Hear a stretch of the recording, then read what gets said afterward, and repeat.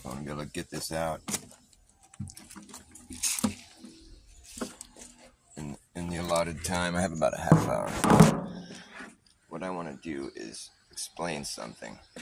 Even though nobody's going to ever see this explanation, I want to have it recorded so I can refer people back to it if I want to have them understand my point, my epiphany.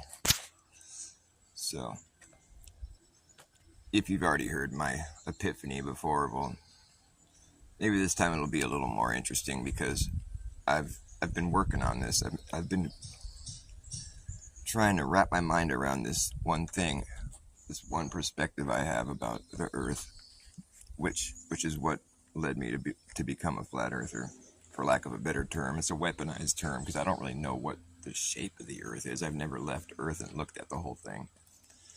So I'm not going to ever make a claim that I know what shape the whole place is, if it has a shape.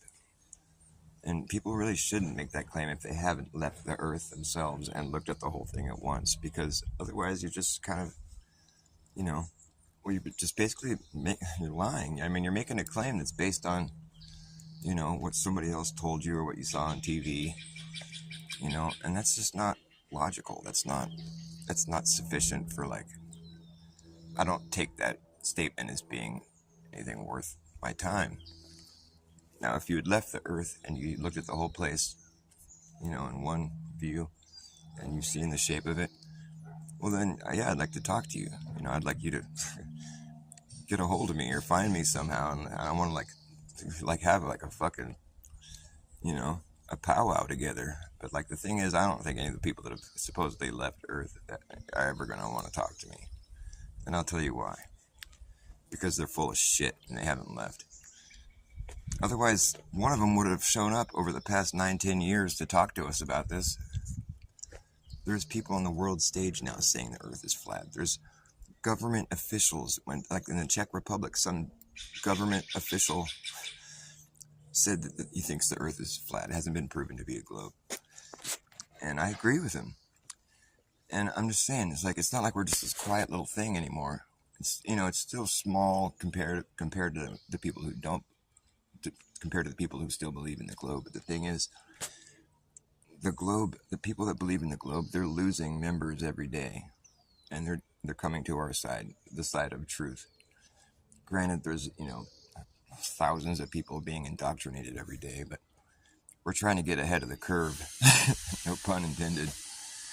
The younger generation actually has a better chance at getting to the truth, while the internet's still somewhat open and free for people to go on. Granted, there's a lot of shadow banning and censorship, but you can still find good information about flat Earth, for lack of a better term. I'll own that one and I'll claim it, but I'm just talking about a description of the Earth. I'm not talking about a shape. I'm just talking about the obvious description that we're experiencing here, which is like a stationary level plane. We don't ever have to experience Earth as though it were a globe if it's moving. That's not our experience. We all have to be able to admit that. That's our experience. We don't have to think that that's what's really going on, but that is what our experience is. I choose to think that that's what's really going on. It is what it does, and it ain't what it cannot do. That's one of my quotes, and I quote myself often on that one. Because I was talking about that. I came up with that one when I was describing the jab. I'm well, you can't really call it a vaccine if it doesn't do what they do. I said, well, it is what it does, and it ain't what it cannot do. If it can't create immunity, then it isn't. Then it's not what they say it is, and it is what it does. So what does it do? Well, so far it looks like all it really does is fuck people up. So I'll just call it what it is. It's something that is very risky, and there's no benefit, and you were lied to about it. And on a big scale, in a major way, there's a worldwide event. Worldwide. And so, you saw that go down. You could probably extrapolate that understanding out on other events that have happened over the course of history. and wonder to yourself, maybe those were all lies too. All the things that have been, stated as being facts, maybe those things might have been skewed as well, because what we just saw go down with all those jabs, that was fucking crazy shit. And it was bad. It was really bad. And it's going to go down in history probably as being like great. Unless somebody fucking starts getting real, somebody that's got some, whatever, somebody that's got some attention on them. The mainstream, the thing is like, it's like the consensus is so rigged. I mean, everybody realizes that on some level, I'm sure. But I want to get to my epiphany here. I'm babbling. I babble on and on and on. I babble on. My jaw keeps flapping. I'm babbling all the time. I'm babbling on and on and on. My jaw keeps babbling on. Jaw, mom. Okay, anyways.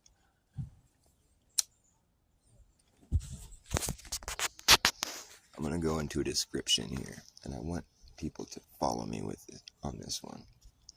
I'll leave a timestamp. At 6 minutes and 66 seconds into this stream, I want you to understand something. The heliocentric model is utter horse shit.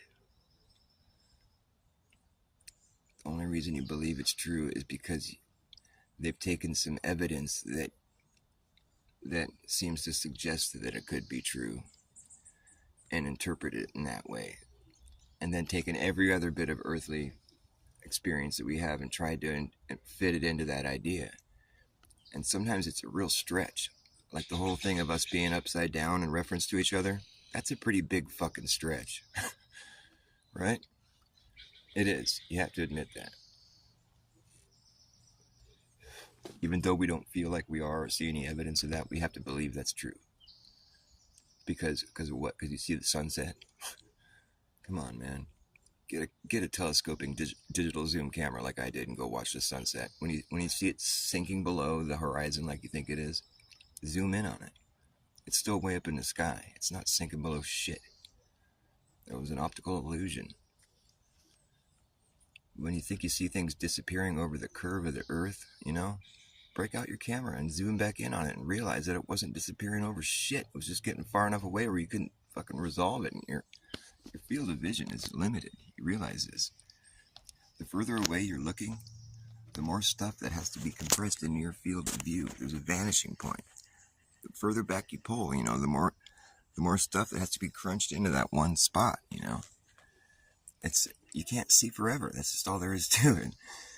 And, you can take the optics of like how far you can see, and then apply that limit to being like because of curvature. You see how that could be done, and then people think, oh, well, the sun's setting below the horizon, so that's evidence of it sinking behind a curvature. I mean, do you feel like you're falling backwards while you're watching the sun? No, you don't. Does the sun look like it's sinking below the horizon? Yes, it does. So could that be true? Maybe. Although you don't feel like you're falling backwards. Keep that in mind. Well, okay, now let's do an experiment. Let's watch it sinking below the horizon like it does. And, and before it's gone from sight, zoom in on it real quick. And you'll notice that it's still way in the sky. It never sank below anything.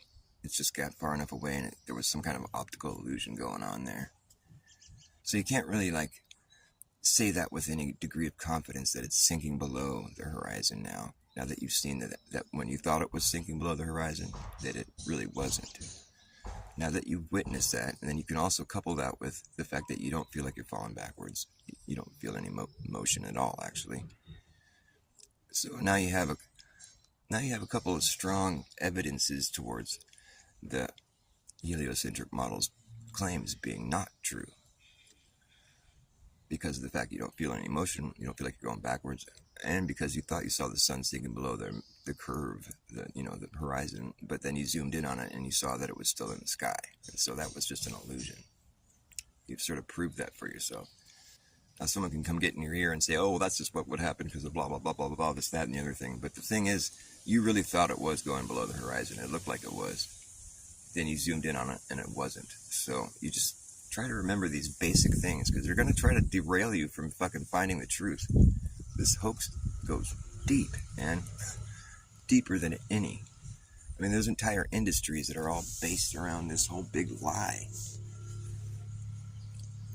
But you have to want to know the truth, is what it is. You can't just fall back on an appeal to authority, or like, because there was no way that everybody could keep that secret or some kind of shit like that. That's fallacious reasoning.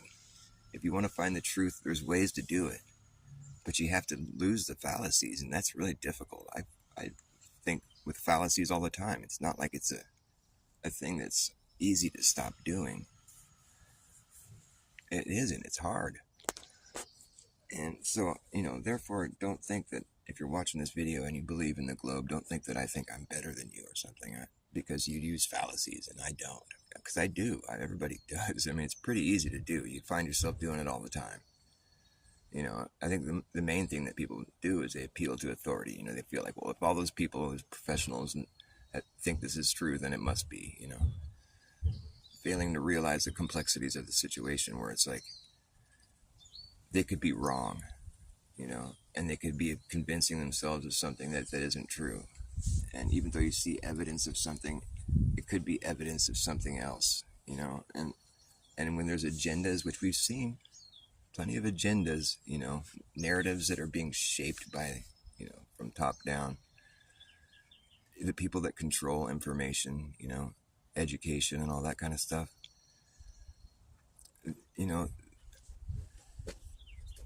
they don't allow people to think differently. They just come up with some excuse if there's some evidence that speaks against it, or they throw it out, or they ignore it. The fact of the matter is, at the end of the day, we all have to treat this place as though it's the place that they say we're crazy for thinking that it is. No, I haven't gotten there yet. I haven't even started. I'll tell you my epiphany.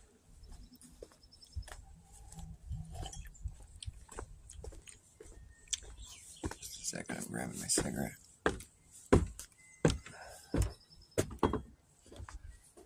I could tell you my epiphany, but I won't be able to really get it across as well as I'd like to. So what I'm going to do is I'm just going to try to walk through it with you. Like, here's what we should think here. We have a compass. Everybody knows what a compass does. It points north. And then you can find directions based on that, I don't know exactly how that works. I don't know how we could just have this little toy, with a needle on it, and they all point to the same central spot somewhere on Earth, far away from where most of us are. I don't know how that works. I got to admit that. So I'm kind of trusting that it really does that. I have seen it, be correct. I've used compasses before when I've been backpacking and when I've been traveling, and they work, as far as like where everything is all laid out, and, with the maps and with, highways you got to take, or directions you got to go towards, whatever, it all checks out. So I think the compasses do work for what it's worth, but what's weird about it is that they're suggesting, that there's a central location somewhere, like up in the farthest north that you can go. Granted, you could always just put the arrow on the other side of the needle and have it be pointing south. We'll get to that later. I'll try not to forget about that, because I want to get to that later. I gotta check the time. Okay, well, fuck, I only got a few minutes. Damn it. Well, I'll just get as much done as I can. If we were to go to that central location, the North Pole, they call it, all compasses point that way and say we all travel to that spot. Okay, we get there, when you get to the very middle, it's like the compass is spinning. You win when the compass spins, right? Okay, so if we were going to stand there and we step away from the North Pole, now the compass corrects to the North Pole, and you walk in a circle around it, and you're like, oh, so this is what east and west are. There's circles around this. You keep stepping further away, and you keep making what they call latitude lines, but there's circles. That's what you would have to see, if you went there. You would have to see that east and west are circling around the North Pole. And as you move further away from the North Pole, you're making the southern lines. So you could have people drawing the circles, if you were marking it on the ground. If that was possible, just think with, try to understand that I'm being like, hypothetically, this is what you would do. You get to the central spot where the compass is spinning, you move away, and you see that it's correcting north. You make the east-west circles, and there's another team of people making the lines, as they radiate.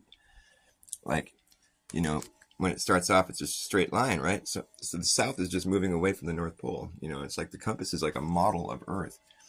It's flat, and it's got, the needle is pointing in one way, but it could also be pointing the other way. It's a straight line. The needle is a straight line. East and west are circles around the northernmost spot. Okay, so you can start making these circles, right? And then you start making these lines. This is what would happen if this is all if this is what we've been led to believe, that there's a northern spot, all the compasses point. We get there, you start marking the latitude and longitude lines, as we move further out. You got one team making circles that keep getting bigger, and the lines keep getting longer, And, eventually you get to a spot where it's like a 24,000 mile circumference, and the lines are still straight as far as you've seen. I mean, they're just straight in the north-south lines, and then the circles just keep getting bigger. You get to the 24,000 mile circumference. Okay, and now you're going to have to step outside of the circle like you've just been doing the whole time, and draw another circle like you've just been doing the whole time. Except now the circles are going to start getting smaller. And you're circling within a circle instead of on the outside of a circle. So this is where it gets fucked up. For me, I just don't understand how that's going to happen, really. Well, if you live on a globe, that's what happens. I know. That's what I'm going over here. So it's like, your formula changes at that point. You've been circling around the last circle you've done this whole time. And now you're circling on the inside of your circle the further south you move. And your circles keep getting smaller. Okay? And what's really weird about this is if you started in the north and you work your way down to the equator, those circles are all circling the northern, hemisphere. So after you get past the equator, now your circles are on the inside of a circle as they get smaller, and they're circling a whole different area. You know what I'm saying? All your stuff that you've been circling up to that point has all been in the northern hemisphere. Then when you move past the equator, now your circles are getting smaller and you're circling a whole different area. So you've been making circles and you haven't really changed your formula. You just keep moving south. You get far enough down south. Sorry, I keep moving the phone all over the place.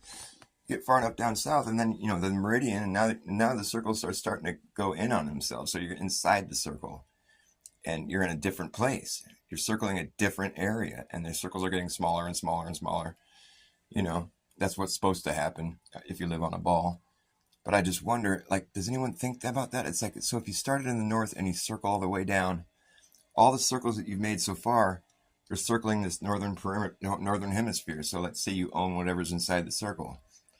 So that's all your property, and you got the whole northern hemisphere, and then you move south, and your next circle is circling around a whole different area, and now they're starting to get smaller. So if you only own what's in the circle, you lose all the northern hemisphere all of a sudden, and now your circles are getting smaller. You end up at the South Pole, which seems ludicrous to me. It just seems ridiculous, because that's what we're supposed to believe would happen if you live on a globe. But how would that look in real life if your circles keep getting bigger and you have all that property within your circle, and then you take one step south of the equator, make another circle, but you're circling a whole different area now. All that stuff is gone. Now you're circling, and now your circles get smaller and smaller until you get down, it's like if you were only owning what's in the circle, your property starts to shrink down to nothing again. It seems pretty ridiculous to me. I just feel like people maybe haven't thought that through enough or something. Or people just think it through and then just think that's what would happen or something. But it just seems like that's not what would happen. Oh, well, I gotta go. It's late.